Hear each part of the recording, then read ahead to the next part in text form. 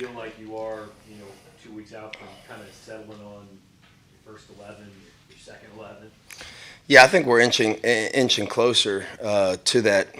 Top 22 is I like to say. The big thing, the first couple weeks was really we were teaching what to do, and now we're teaching more so how to do it. We're trying to be very precise, very detailed, and you're starting to see some of the separation between some of the guys when it comes to the details of what we're asking them to do. So I think we're inching closer to that. I do believe, like I've stated from the first day, the competition is very, very strong in really every single room, and there's still battles out there to be won. Has anybody surprised you in a positive way through camp? Has anybody? Um, Yeah, I mean, there's been several surprises. Obviously, not having KAD and Ennis in the spring, I didn't know exactly what type of players they were. They've both been really, really impressive. Drayden Norwood has done a phenomenal job improving from the spring to fall camp now. You look at DJ Jackson. I think compared to where we were in the spring, LJ Hewitt, Kamen, you name it. I think our corners right now are really understanding, getting a good grasp of what we're trying to do. I think Coach Pogue is doing an excellent job in that room, but it's been a pleasant surprise. I didn't know what we had going into the season, and to see the guys that we did have improve, and then obviously the couple guys that weren't in the spring, I think they've really benefited that room as well.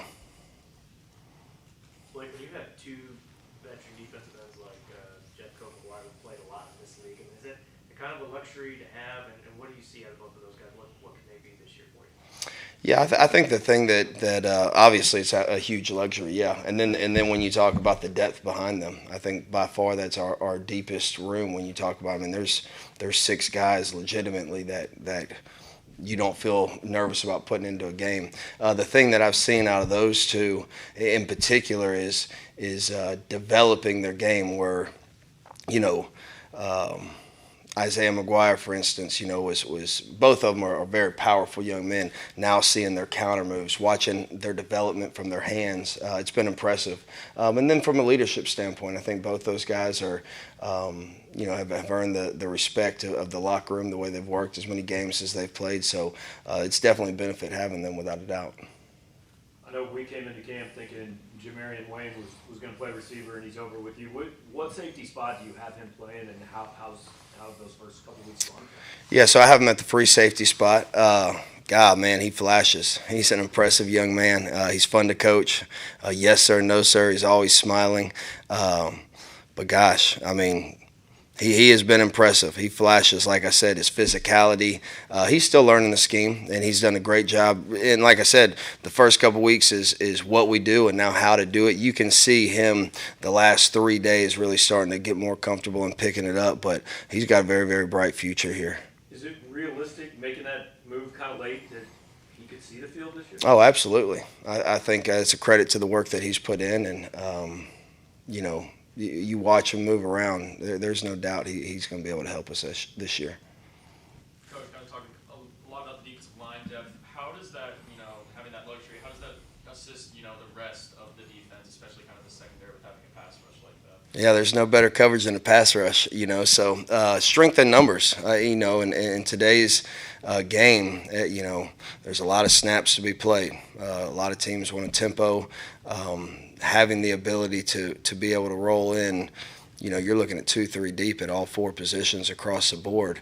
I think that's our greatest asset. So it's a huge benefit. And I think when you look at our guys competing, and when I say competing, striving together, those guys are all trying to help each other. It's not a out to get you kind of outfit. And I think that's been really impressive to see. And as those guys continue to grow and bond together, because there is a lot of new faces in that room, I think that can definitely be the strength is just sending in. It's like hockey shifts, so that's a huge benefit for us. A few weeks into camp, how are you feeling about the linebacker group? Linebackers are doing a good job.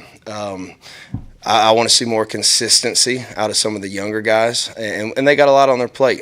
Believe me, it's not necessarily, add water instant player, but you have seen their progress. You really have seen their progress. Now we're searching for consistency, but the older heads that have been in there, they're doing a phenomenal job for us. your other freshman safety, I mean, I know Isaac Thompson is out there physically cleared and everything, but sometimes the mental part takes a little later coming off. Where's he at in the process of being what he used to be?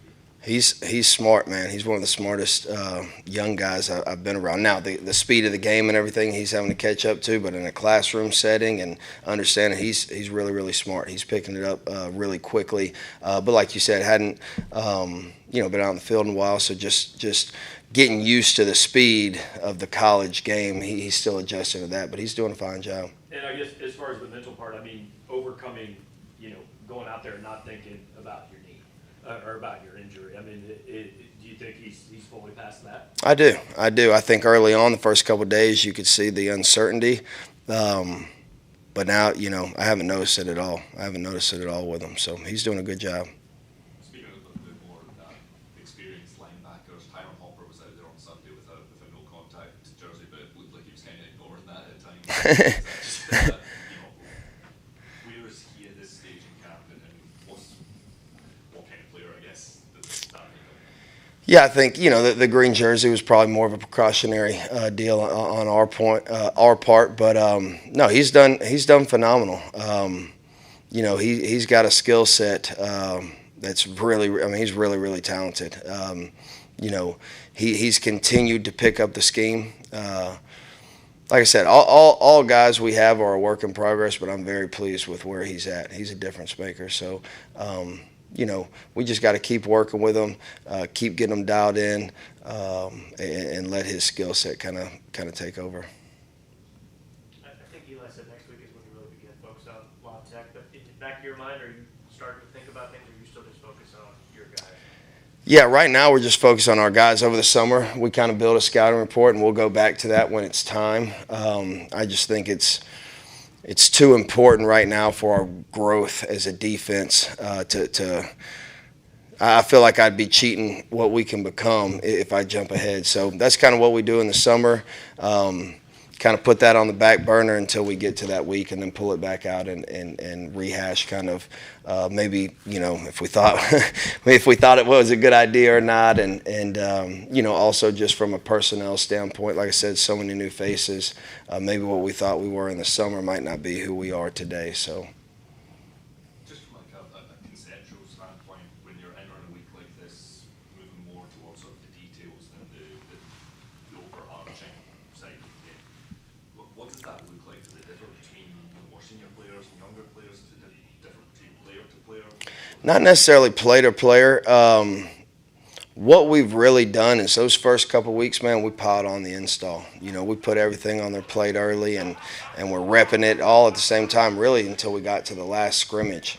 After this last scrimmage, now we've almost gone back to our first install and kind of reinstalled everything. Especially for the young guys, they have so much going on the first week of fall camp that their head's spinning, and who knows what's going on through their mind, right? So, but they've heard it before, okay? Then we bring it back 10, 12 days later and reinstall it, and it's like, and so you can see those young guys really, like I said, the last 3-4 days really starting to pick up on what their job is. From a call standpoint, obviously the ones will have more on their plate maybe from the threes, as we script practice, but we kind of do that, like I said, just because they have so much going on early in camp. They're nervous, they're anxious, they're calls that they've never heard before in their life. Now let's come back and revisit them, and it's kind of like that aha moment for some of them.